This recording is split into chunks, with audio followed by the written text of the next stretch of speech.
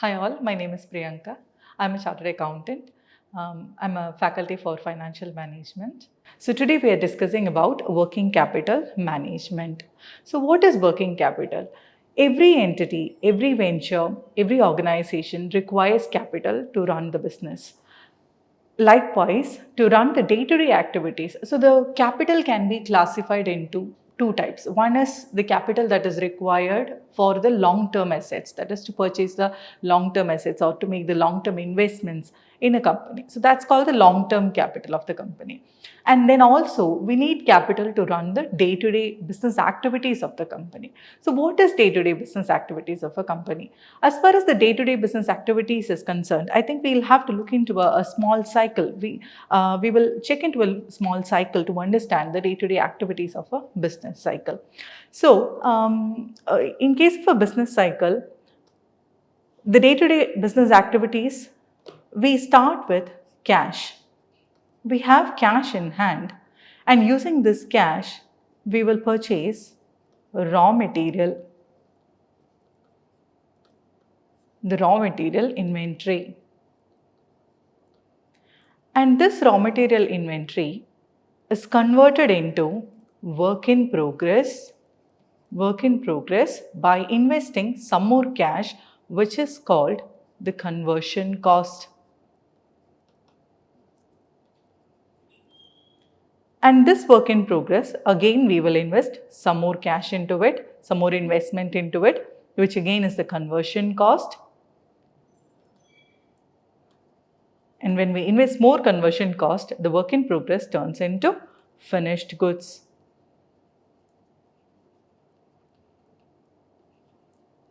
And this finished goods will be sold to the consumers or the customers.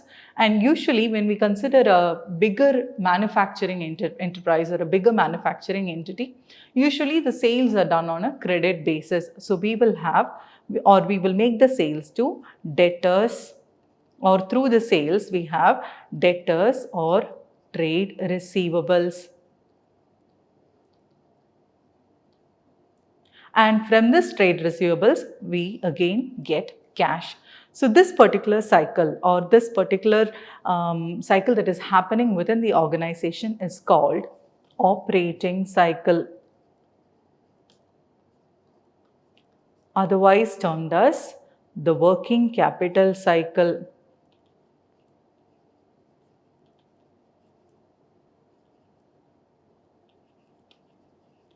So this is the working capital cycle of an organization. So when we check into each and every item that has passed through the cycle, all these items seems familiar to us, and all these items appear under one particular head. When we check the financial statement, let's check. So we have cash, then we have raw material inventory, we have work in progress inventory, finished goods, debtors, trade receivables. All these items come together and form, or all these items comes under one particular head, which is called the current assets. So basically, working capital is nothing but investment in current asset. So whatever capital is required by an entity in investing in the current assets of the entity is called the working capital. However, when we check the accounting terms, the formula or the definition for working capital is excess of current asset over current liabilities. I repeat, excess of current asset over current liabilities. So when we write it in terms of a formula, we get a formula: working capital is equal to current asset minus current liability. So working capital is termed as excess of current asset over current liabilities. So we saw what a current asset is. That is, current asset takes part in the operating cycle of the entity. So what is a current liability? Current liability is basically the liability which is payable within short term. That is what we know about current liability. But when we check the items in the current liability, what all items forms part of current liability? Say for example, we have trade payables or bills payables. Then we have expenses outstanding. What exactly is a trade payable? Trade payable is whenever we purchase raw material inventory, the vendor or the creditor will provide a particular period as credit period. Say for example, they would say the amount needs to be remitted only within 30 days or maybe within 2 months of the purchase of the raw material. And then in case of say for example outstanding expenses, what exactly is outstanding expenses? The conversion cost, say for example the wages that is payable or the overheads that is payable, this conversion cost we will be paying. Say for example for the month of February, the conversion cost is paid in the month of March, in the beginning of the March. So basically we get 1 month credit. So from this we understand it is actually a short term finance available or short term source of finance available to manage the current asset. That is why we have the formula as current asset minus current liabilities, because current liabilities help you to finance current asset, but then that is only a short term finance available.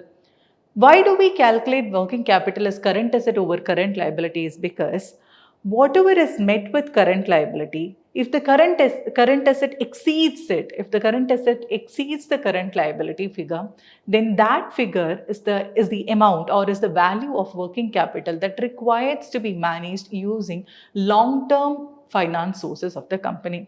By long-term finance sources, I mean we have equity capital and then debt capital. Debt capital, we have preference share capital and then the term loans or maybe the debentures, etc. So using this formula, we calculate what is the net working capital required in a company that needs to be financed through long-term financial sources. So that's what a working capital is. So the working capital is basically investment in current asset. Therefore, the total of the current asset in the company, the grand total of the current asset in the company, that is the total of the raw material plus the work in progress inventory plus the finished goods inventory plus the trade debtors or the trade receivables or if any prepaid expenses, etc. The sum total of this is called the gross working capital. And if we reduce the current liabilities from this gross working capital, we get the figure called the net working capital. And this net working capital is the figure that we should manage or we should arrange from the long-term capital sources of the company, which includes the equity capital or maybe the debt capital. By debt capital, it can be preference share capital or debentures or long-term loans, etc. So that is what a short introduction to working capital. Now, when we want to dive more into the working capital or the working capital, to understand the working capital management, we should be able to understand what a current asset is and what a current liability is. That's, we need to understand in detail what a current asset is and what a current liability is. So what is a current asset? Current asset, as we discussed, we all know, or like in a simple term we could say, assets that would stay within the company or that will be consumed in the company within 12 months. That is, the life of the asset will be only 12 months. It would be either consumed or it would be sold within 12 months. So that's what a current asset is. So basically, current assets are held primarily for the purpose of trade. It would be primarily held for the purpose of trade or for the purpose of consumption during the ordinary course of business. So during the ordinary course of business, if you have an asset that is required to be consumed or which is required to be held for the purpose of trade, then you call that asset as a current asset. So the general period that we use to determine a current asset is usually 12 months, but then from industry to industry it can vary. Say for example, if we take the example of a wine industry, the operating cycle of that industry is more. So in that case, we could not say it is just 12 months. Maybe it is more than 12 months. But usually or generally, the period that we consider to find whether an asset is a current asset or to determine whether an asset is a current asset or not is 12 months. So, an asset that is held for the purpose of trading or for the purpose of consumption during the ordinary course of business is called current asset. Or a current asset is an asset that is held for the purpose of trade or for sales or consumption within 12 months. Within 12 months period or within the operating cycle of the business is called current asset. And examples for current asset, just as we discussed right now, we have inventory, which can be raw material inventory or the work in progress inventory and the finished goods inventory. And work in progress inventory, I hope you all know, work in progress inventory is the stage just after the raw material, but then just before the finished goods. That is the stage in between, the stage in which it is yet to be converted to finished goods, but it is not raw material as well. That's what a work in progress is. So we will have inventory, which is raw material inventory, work in progress inventory, and finished goods inventory. And then the second item would be, we have cash and cash equivalents as a current asset. Cash and cash equivalents, say for example, we have cash, which is current asset, and cash equivalents. By cash equivalents means any equivalent item which can be converted easily into cash. Say for example, some sort of short-term investments which can be converted easily into cash, and the money available in the bank, etc. These are all part of current asset. And then as part of current asset, we have prepaid expenses, any sort of prepaid expenses. Say for example, prepaid sales expense, or say prepaid advertisement expense, or prepaid wage expense. Any expense that is prepaid, that also is considered as current asset. And then we have trade receivables, or the bills receivables, which is nothing but the amount that is receivable from the debtor as part of the sales, that we have made sales and we have provided a credit period for them within which they will have to make the payment for the sales. So that whatever figure is outstanding from them, whatever figure is outstanding to be received from them is called the trade receivable or the bills receivable. So these are the figures that forms part, or these are the components that forms part of current asset.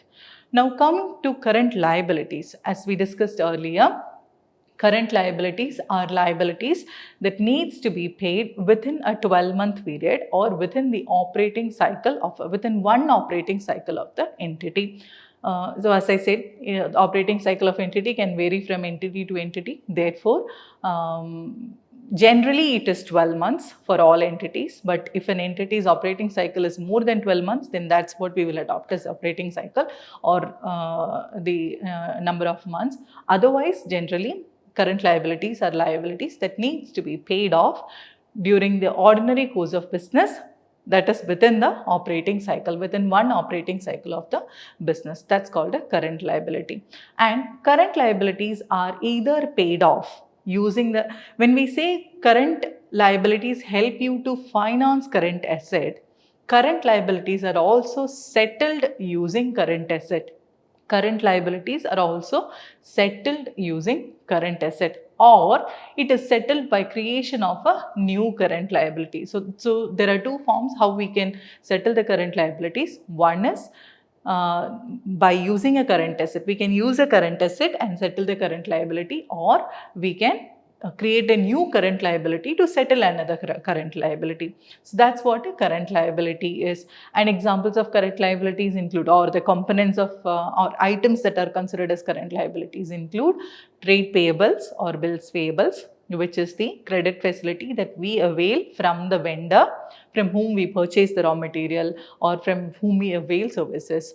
And then we have any outstanding expenses like wages outstanding, or maybe any factory overheads outstanding, or any rent outstanding, etc. So these are all outstanding expenses. These outstanding expenses are also considered as current liabilities. And also if there are any provisions that is outstanding provisions, then that also is considered as current liabilities. By outstanding provision, I mean, say for example, if there is an income tax payable, provision for income tax, we create a provision, that is, we determine it is not yet time to pay the liability, but then we out of our profits, we know that within 12 months or within a short period of time we will have to make a payment.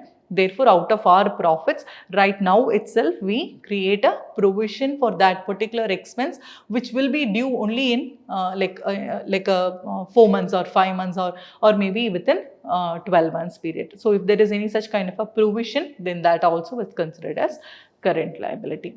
So that's what basically a current asset and current liability is.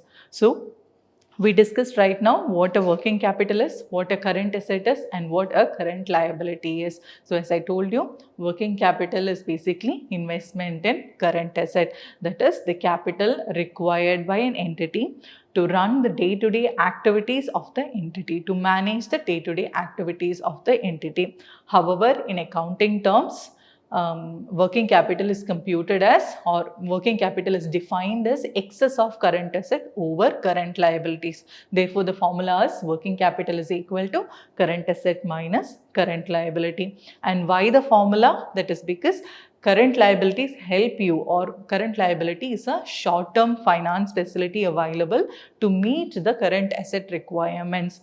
Therefore, anything excess or anything in excess of current liability, excess of current asset over current liability, is to be financed using the long-term financial sources of the company, which includes the equity capital or the debt capital, which are the preference share capital or the debentures, etc.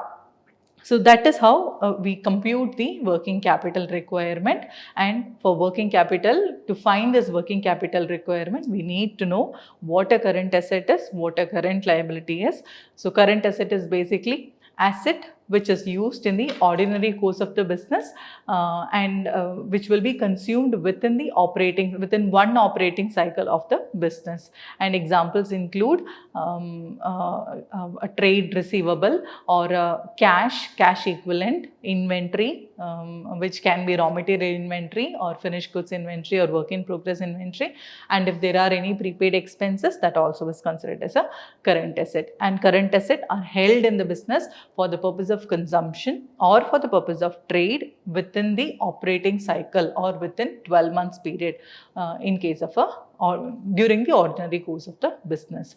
So that's what a current asset is. And current liabilities help to finance the current asset, and current liabilities are liabilities that needs to be settled within a 1 month period, within a 12 months period, or within one operating cycle of the business, or that is need to be settled during the ordinary course of business. That's what a current liability is. And current liabilities are usually settled with the help or by utilizing current asset, or by creating another current liability.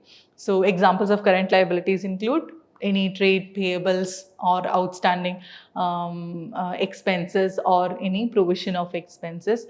And even there is one more example, that is, in case of a long-term loan payable or long-term outstanding, a part of it, if a part of long-term outstanding is to be payable within 12 months, if a part of long-term outstanding is to be settled within 12 months, then that outstanding is also treated as a current liability. So any sort of liability that needs to be settled within one operating cycle or within 12 months period. So that's what the definition for current liability is. So that is what a current liability is.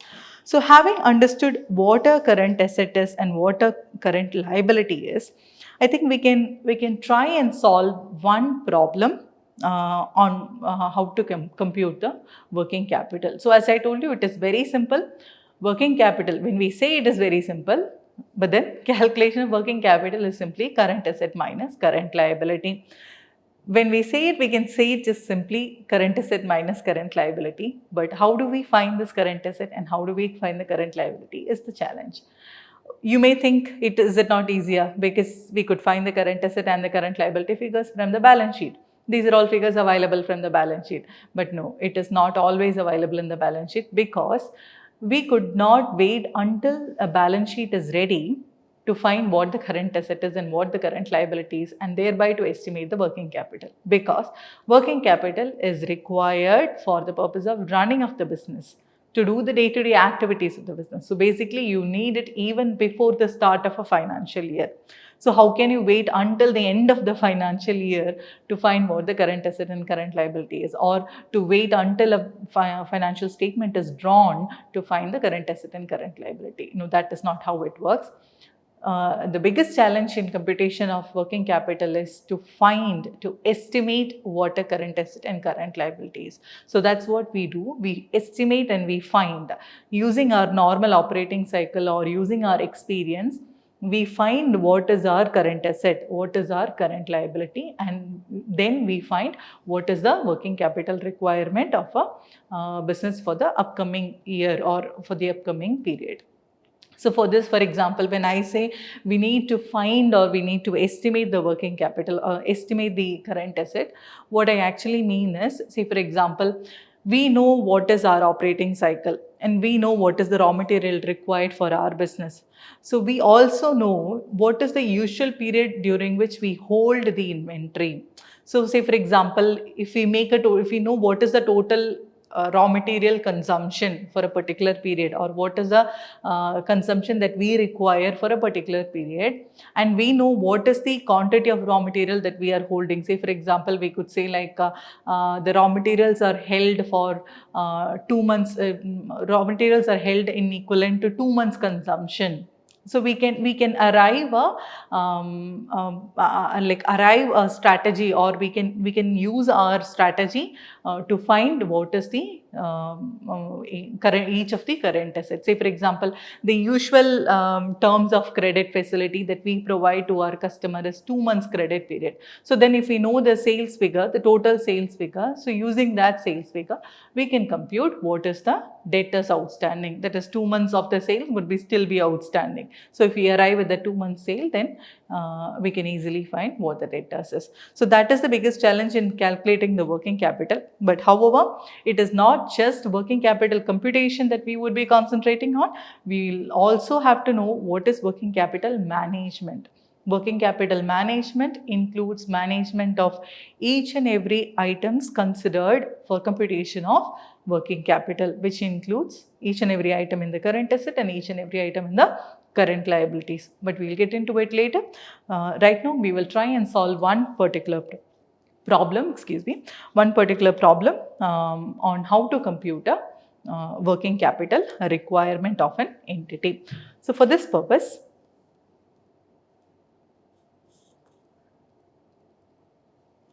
let's take an example.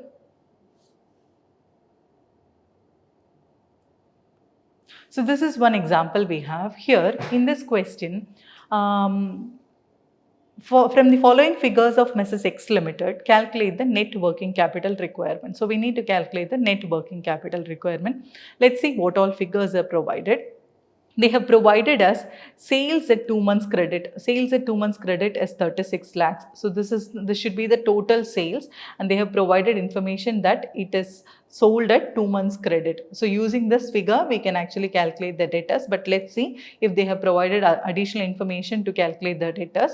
But anyway, sales is total 36 lakhs and it is sold at 2 months credit.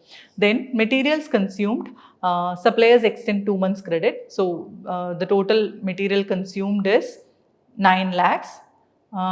They have not provided any information as to whether the figures are for a year or for how many months. So when the information is not provided as to for how many days or how many months this information is, we can assume it is for a year. So the material consumed for the year is 9 lakh, and then the wages paid in lag of 1 month is 7,20,000, and we have cash manufacturing expense that also has a lag of 1 month payment, which is 9,60,000. And administration expense is also paid in the same manner, that is, there is a lag of 1 month. And sales promotion expense, however, it is paid quarterly in advance, which is 1,20,000. And then company sells all of its product at a gross profit of 25%. Let's see for what information we can use this gross profit of 25%. And they said depreciation is considered as part of cost of production. Then it keeps 1 month stock each of raw material, finished goods. So they have provided their usual stocking pattern, which is 1 month stock for raw material as well finished goods, and they didn't mention anything about work in progress. Okay, they also said ignore work in progress, so we don't have to consider work in progress, and the company maintains a cash balance of 1 lakh rupees. So this is the information available. Using this information, we need to calculate the net working capital requirement of the entity. So let's get to it. We'll prepare a statement.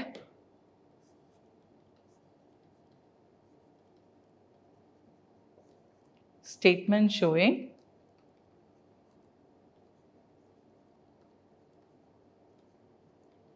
net working capital requirement. Let's have a particulars column, which could also accommodate some workings, and then an amount column.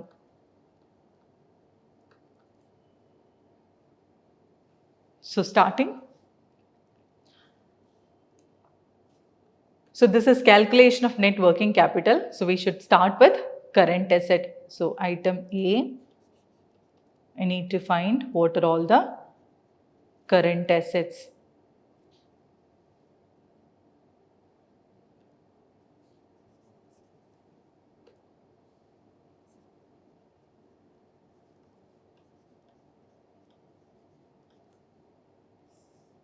Under current asset, the first item, let's see what all items come. We have sales. So using that sales, we can find the debtors. And then we have materials consumed. So using materials consumed, we can find what is the raw material inventory, because they mentioned we have raw material inventory as well finished goods inventory. However, the work in progress inventory is not to be considered. So raw material inventory and finished goods inventory is the usual stocking pattern is 1 month stock of material and finished goods is what they maintain. So raw material inventory, let's take raw material inventory at first. Inventory of raw material.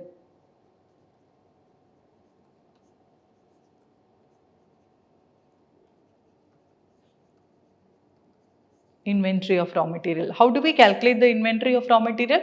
To compute the inventory of raw material, they have provided as the total material consumed during the year, which is 9 lakh.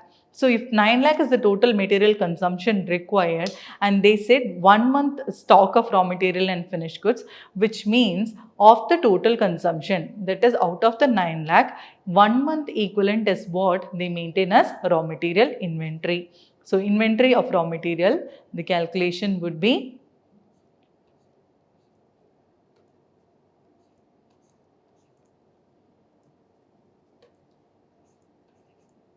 ₹9 lakh into 1/12, and the figure is 75,000.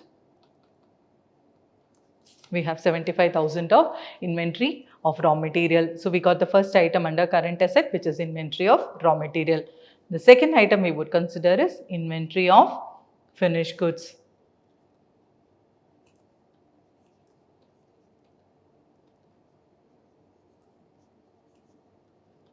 And here, inventory of work in progress is not considered because they specifically said to ignore work in progress. But however, if they did mention about what is the to ignore the work in progress, then we should have calculated the work in progress figure as well. But they mentioned not to calculate, therefore we are calculating only the inventory of finished goods. To calculate the inventory of finished goods, we need to know what is the cost of production, because if you if we could recollect what we have studied in costing, in case of the finished goods is valued at cost of production, the total cost of production. The total cost of production includes cost of raw material plus the wages or the total labor cost. Then we have the factory expenses, and all this add to the cost of production, and that is how we value the total cost of production, and using that cost of production, and if there is any manufacturing overhead, etc., that also is to be added.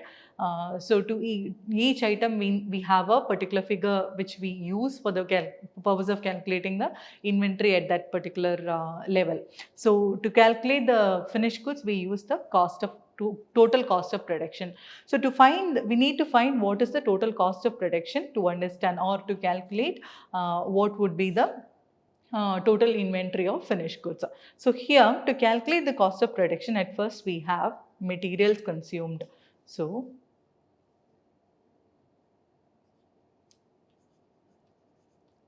we have material consumed, which is 9 lakh. And then the next item is, we have conversion cost like wages. We have wages. The total wages for the year is 7,20,000.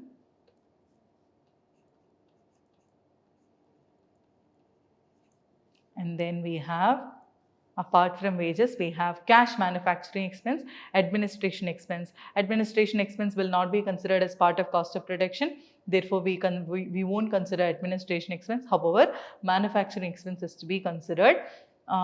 If you would check the question, they specifically said depreciation is considered as part of cost of production.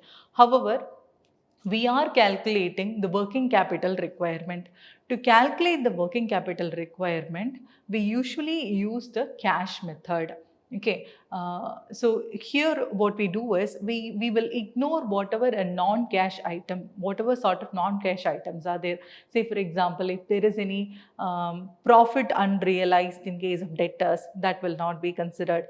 Then if there are any depreciation figure as part of cost of production, then that needs to be that should not be considered, that should be casted away.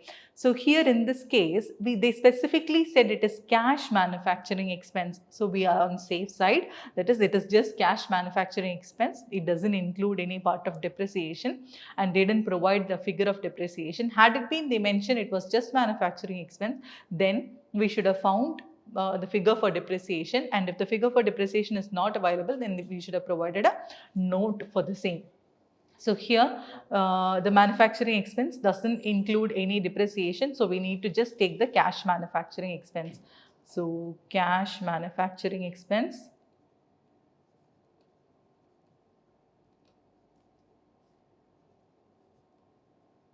which is, we have 9,60,000.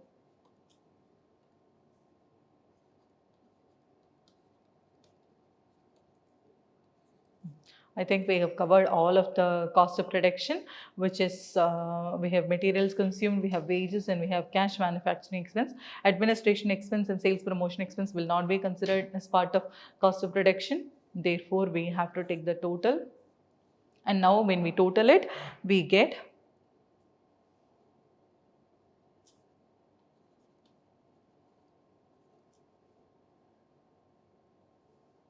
25,80,000. That is the total cost of production.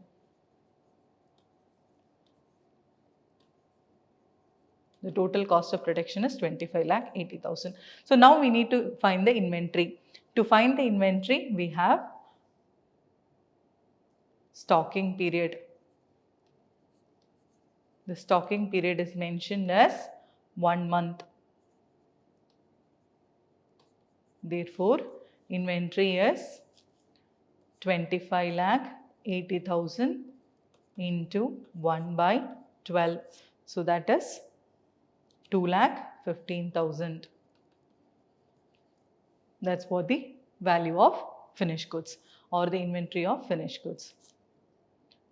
Taking this further, the third item that we need to find is in case of current asset. So we covered the raw material inventory, we covered the finished goods inventory. Let's check what other items are to be covered. So we have sales, and the sales, the goods are sold at 2 months credit. So when the goods are sold at 2 months credit, that means we have debtors. So here, to calculate the debtors or the trade receivables, You can use two ways in which you can calculate the debtors. Both the ways will give you two different answers, but both the ways are correct. One is, because they said it is 2 months credit, you can use the, because they have provided sales figure, you can use the sales figure to arrive at the debtors. However, we are using cash approach, that is, we are not considering any non-cash items here. So when we use the cash approach, you will have to take off the profit element, because the profit is not yet been realized. Profit is a value addition, is an addition we have made, but then we have not yet realized it. We will realize it only when the debtor makes the payment. Therefore, the profit part is to be ignored. So one way would be to find the debtors net of the profit, that is sales minus gross profit, which is 36 lakhs minus 25% will give you the sales figure excluding the profit. So, and using that figure into 2 by 12 will give you the debtors figure. That is one way of finding the debtors, or else we can also use cost of sales to find the debtors. We have already found the cost of production. Let's use the cost of sales method here. We already know the cost of production,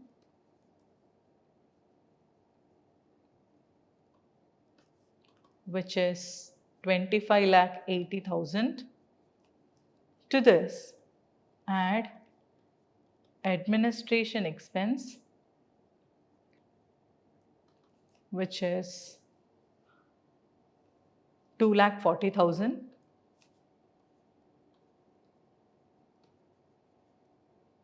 And add sales promotion expense,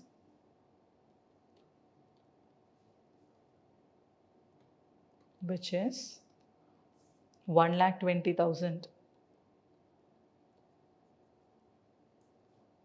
And when we add this all, we arrive at cost of sales, which is 27 lakhs. Excuse me, it is 29 lakh 40,000. It's not 27 lakhs, it is 29 lakh 40,000. 29 lakh 40,000, that's the total cost of sale. And here the credit period provided, the credit period provided is 2 months. Therefore, trade receivable is 29 lakh 40,000 into 2 by 12, which is 4 lakh 90,000.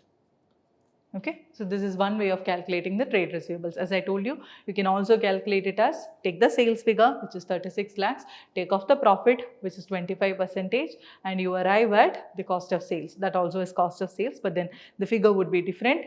And using that cost of sales also, you can calculate what is the outstanding debtors, which is multiply the cost of sales into 2 by 12. You will get the outstanding debtors. So that is another one way of computing trade receivables. Both the ways are correct, but then you have to provide a note on whichever way you are using. So here we use trade receivable. We use cost of sales to find the trade receivables. That is, we calculated the cost of sales. So that is the figure for trade receivables. Now, the next figure.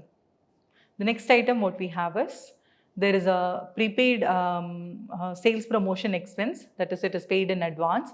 So we have to consider that figure as a current asset. So sales promotion, prepaid sales promotion expense, prepaid sales promotion expense.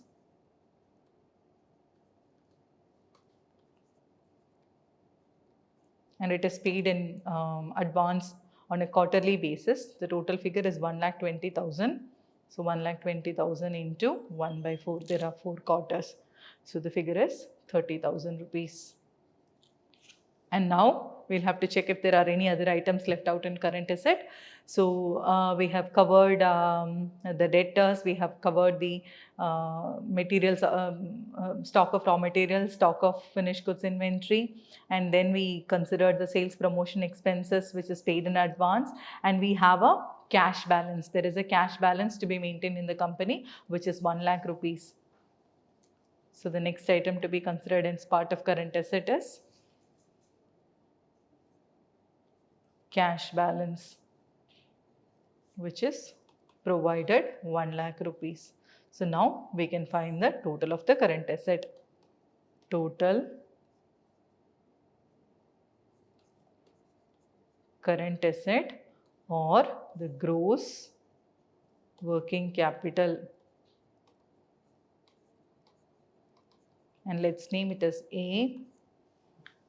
So the total of the gross working capital is 75,000 plus 2,15,000 plus 4,90,000 plus 30,000 plus 1 lakh, and I have the figure computed, which is 9,10,000. So that's the figure for total current asset. Now we need to find what is the current liability. So let's continue. So item B is current liability.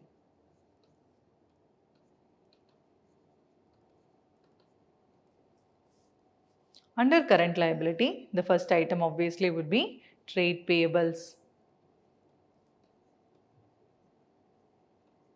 Trade payables.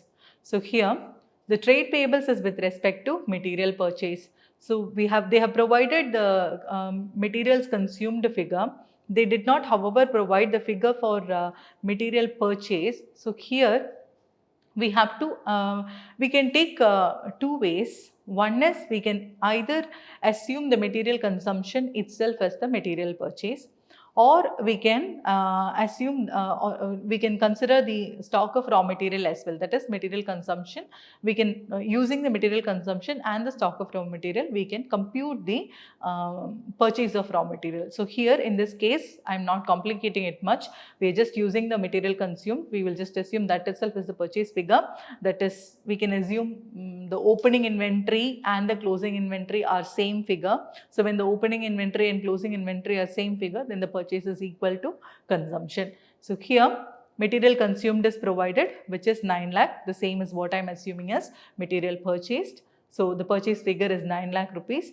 And then the credit period provided by the supplier is 2 months credit period. So how we calculate trade payables is 9 lakh into 2 by 12, and I have the figure computed, which is 1,50,000. Now the second item in current liability. So after raw material, here we have wages paid, which has a lag of 1 month. So we have outstanding expenses. Under outstanding expenses, we have wages, which is outstanding. Manufacturing expenses also paid in outstanding, that is 1 month lag is there in manufacturing expense as well. Then we have administrative expense, which also has a 1 month lag. So these are all outstanding expenses we can consider. So at first, wages outstanding expenses.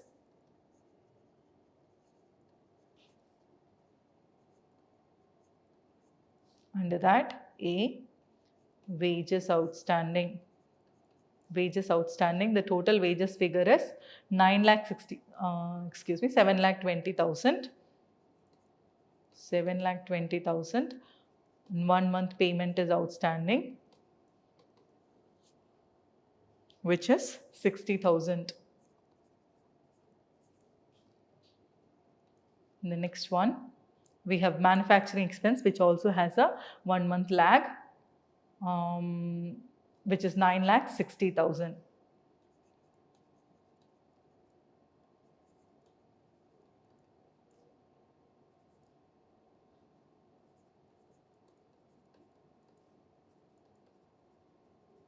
Into 1 by 12. I have the figure computed, which is 80,000. And then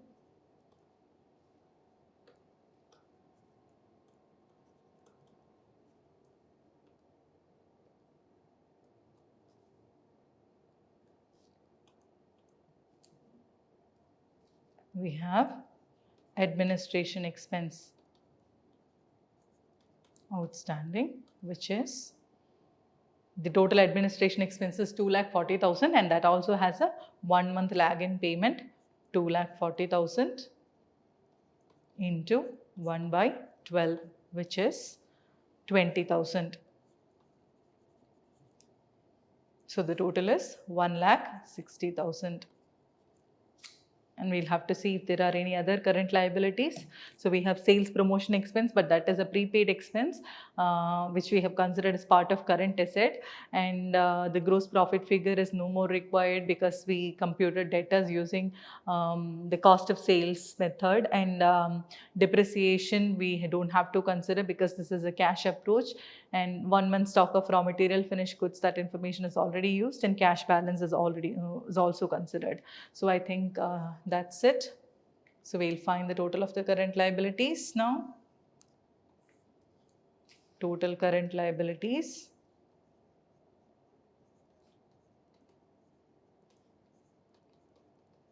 And name it as capital B.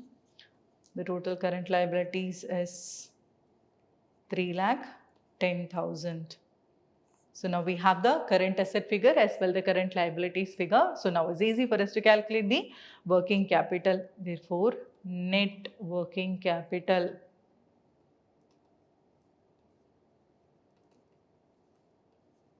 requirement, which is capital A minus capital B, which is current. Capital A is gross working capital or the current assets, and capital B is the total current liabilities.